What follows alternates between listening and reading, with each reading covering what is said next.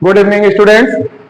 आज क्लास 9 का नया चैप्टर स्टार्ट कर रहे हैं, force and law of motion. आप लोगों का ये चैप्टर चलता रहेगा। हम नया चैप्टर स्टार्ट किए हैं तो आगे बढ़ेंगे, लेकिन पीछे का जो चैप्टर है एक बार रिवीजन जरूर कराएंगे। जो मोशन इन स्ट्रेट लाइन था, मोशन इन स्ट्रेट लाइन को एक बार रिवीजन कराएंगे लाइव क्लासेज में। एक दिन लाइव क्लासेज लेंगे आप लोगों का जल्दी ही, जिस दिन फ्री रहेंगे लाइव क्लासेज लेंगे 1 घंटे का 1.5 घंटे का लगातार, और उसमें जो है पूरा motion in straight line 1 time पूरा, कम से कम डेरिवेशन, रीजनल क्वेश्चन 5 और कम से कम 5 न्यूमेरिकल लेंगे। 5 न्यूमेरिकल, 5 रीजनल क्वेश्चन, 1 डेरिवेशन। 1 से 1.5 घंटे का एक सेशन लाइव क्लासेज लेंगे क्लास 9 का जल्दी ही, ठीक है। अभी फिलहाल मैंने ये स्टार्ट किया है force and law of motion, ठीक है। तो फोर्स क्या होता है, जैसा कि आप लोग जानते हो, किसी भी बॉडी पे अगर हम लोग पुश करते हैं या पुल करते हैं तो पुश और पुल के कारण जो भी चेंजेस आते हैं, क्या है इसमें, पुश और पुल। तो क्या लिखेंगे, द पुल और पुश,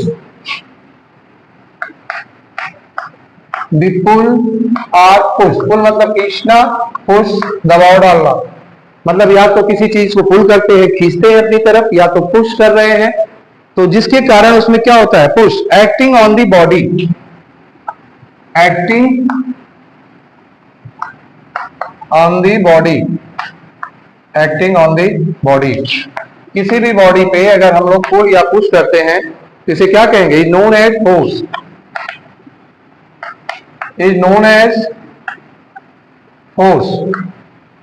इसको किससे दिखाएंगे, it is represent by capital F, capital F से शो करते हैं। और एसआई यूनिट क्या होती है इनकी,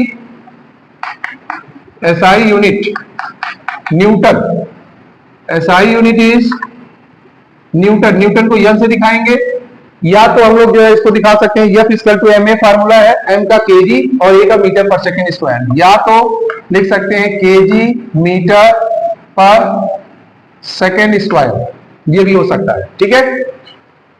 इसका फार्मूला क्या है, F equal to M A. आगे चल के इस फार्मूले को हम लोग जो है डिराइव भी करेंगे, अभी स्टार्टिंग है चैप्टर का।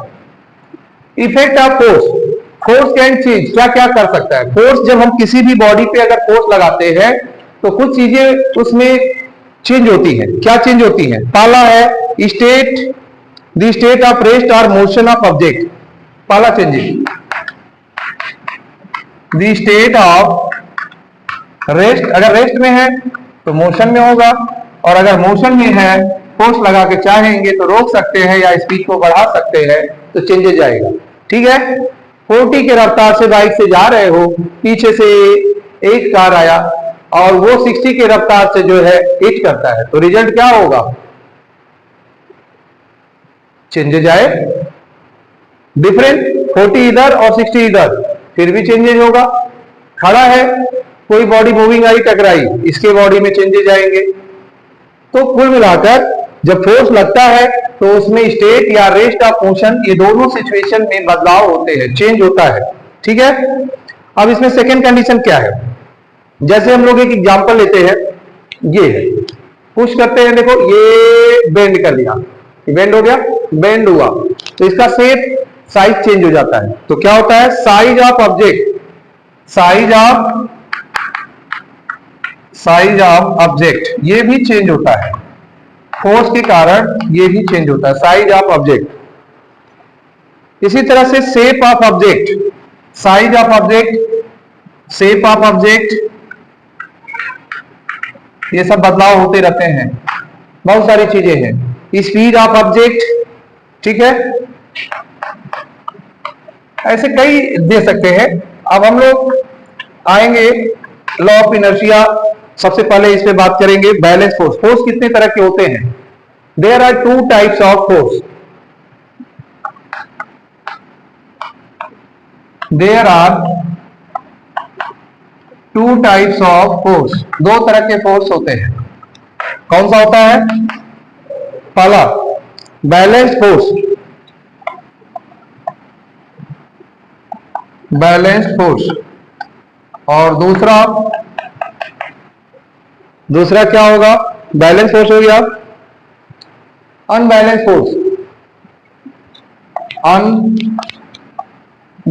फोर्स। तो ये दो टाइप्स के फोर्स हो गए, there are two types of force, balance force, unbalance force. अब दोनों को एक्सप्लेन कर रहे हैं, ये आप नोट कर लीजिए, बैलेंस फोर्स क्या है, इनबैलेंस फोर्स क्या है, बता रहे हैं, ठीक है। तो बैलेंस फोर्स में आप लोग इसको नोट करिए, ऊपर से इरेज कर देते हैं ये फोर्स और इफेक्ट ऑफ फोर्स, तो फिर हम वहां पे बैलेंस फोर्स करते हैं। मतलब जहां दो फोर्सेस इक्वल मैग्नीट्यूड है, अगर if two forces, when two forces of equal magnitude,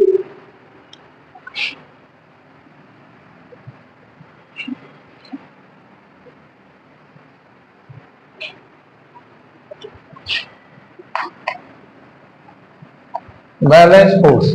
balance force की बात करते हैं,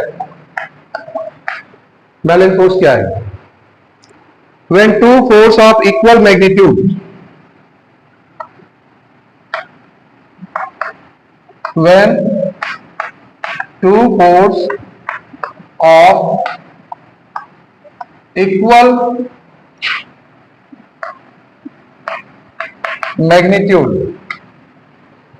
मैग्नीट्यूड इक्वल हो, डायरेक्शन की बात नहीं हो रही है, ध्यान देना, यहां पर बात किसकी हो रही है, इक्वल मैग्नीट्यूड की बात हो रही है, इक्वल मैग्नीट्यूड, ठीक है, acting in opposite direction,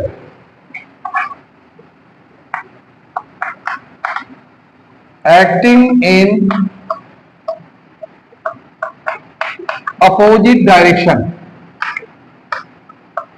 acting in opposite direction, when two forces of equal magnitude acting in opposite direction, अगर दो फोर्स अप्लाइड हो रहे हैं लेकिन दोनों का डायरेक्शन अपोजिट है, ये देखो, इधर से और इधर से, इधर से भल्लाल देव और इधर से बाहुबली है, भल्लाल देव ने 5 न्यूटन का फोर्स लगाया, बाहुबली ने भी 5 न्यूटन का फोर्स लगाया, रिजल्ट क्या होगा, कोई मूवमेंट नहीं होगा, ठीक है, दोनों इक्वल फोर्स हैं अपोजिट डायरेक्शन में, तो यहां पर मूव नहीं करेगा, तो यहां पर दोनों डायरेक्शन अपोजिट होते हैं, इक्वल होते हैं, ठीक है। Then object continue in the state of rest, then object is continue, object लगातार रेस्ट ही स्टेज में बना रहेगा, ऑब्जेक्ट इज कंटिन्यूअस, ठीक है,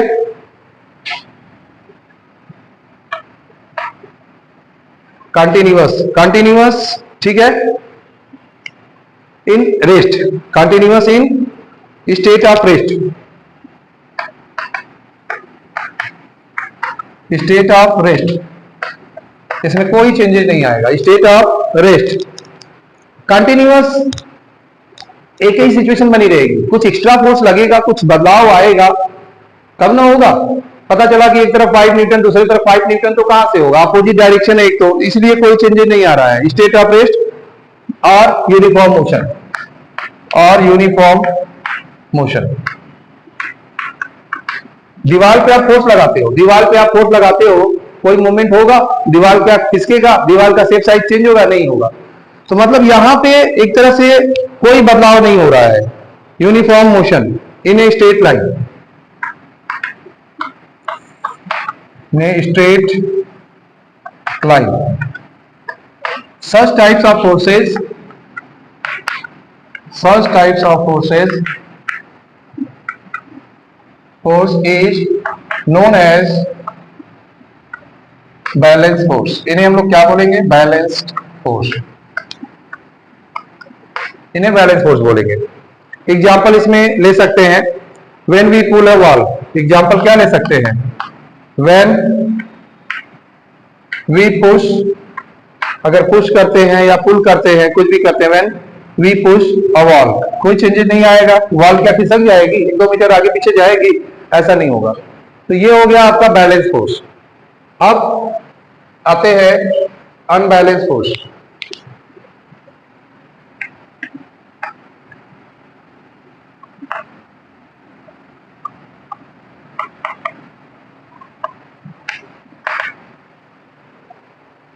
when two forces अगर इसमें हम दो फोर्सेज लेते हैं लेकिन उनका अनइक्वल मैग्नीट्यूड होता है, when two forces of unequal magnitude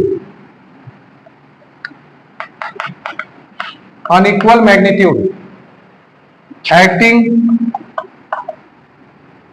in, या तो देखो डायरेक्शन अपोजिट डायरेक्शन हो, सेम डायरेक्शन में भी लगा सकते हैं, तो यहाँ magnitude acting in opposite direction, लेकिन रिजल्ट क्या होता है बेटा, यहां पर एक ज्यादा होगा इन अपोजिट, ठीक है, अपोजिट डायरेक्शन अनइक्वल है तो क्या होगा, then object is continue move, मतलब मूव करेगा या चेंज होगा, देन इसमें क्या हो जाएगा, ऑब्जेक्ट में चेंजेस हो जाएगा, then the object move in the direction of large force, तो यहां पे लिखेंगे then the object moves in the direction of